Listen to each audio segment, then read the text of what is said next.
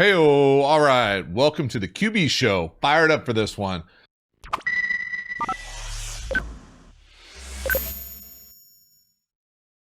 You know, one of the things that I wanted to talk about that I want to make sure I get to because it just kind of hit me sideways. I know in these live streams I have been telling people that I haven't watched any XFL, and I really haven't.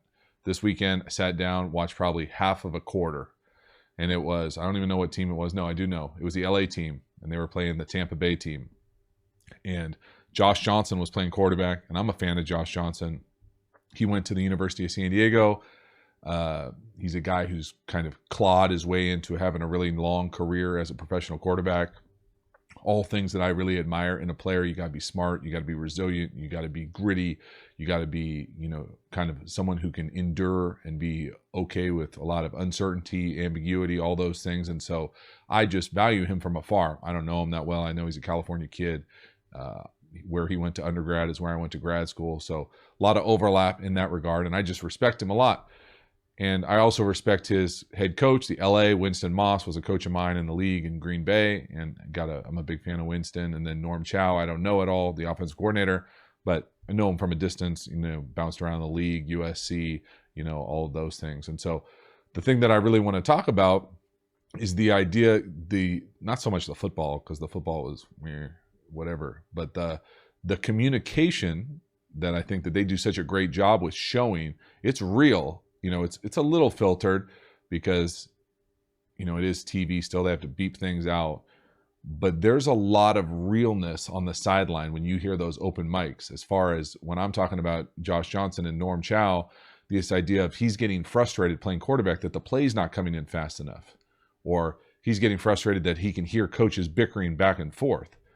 And that's real life. That is football on the sidelines at a high level. Now, it doesn't happen like that every single level, but where there's an open communication, especially in the league or professional football, where you have an open mic to the quarterback, meaning that the quarterback has an external audio that gets the output of someone hitting a button. Same thing in the league. Like you see the play caller hit the button, but it can't go, at least the way that I understand it when I was playing, it can't go from the press box straight to the quarterback. It has to go from someone on the sideline straight to the quarterback. That's one of the reasons why play callers at that level like to be on the sideline.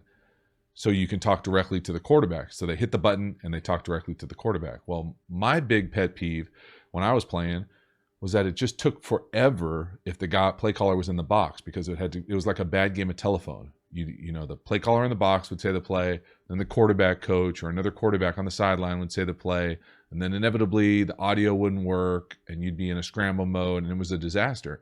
And when I was playing, I was always hypersensitive. I wanted to get the play as fast as I could. If you could give me more information, like, hey, they're in sub, or they're in nickel, they're in dime, they're in whatever their personnel is that we know they're in, and you have tips, that's great. Just add it on after, but tell me the play so I can spit it out in the huddle. And when it doesn't happen, that audio clicks off at like either 18 or 15, whatever it is.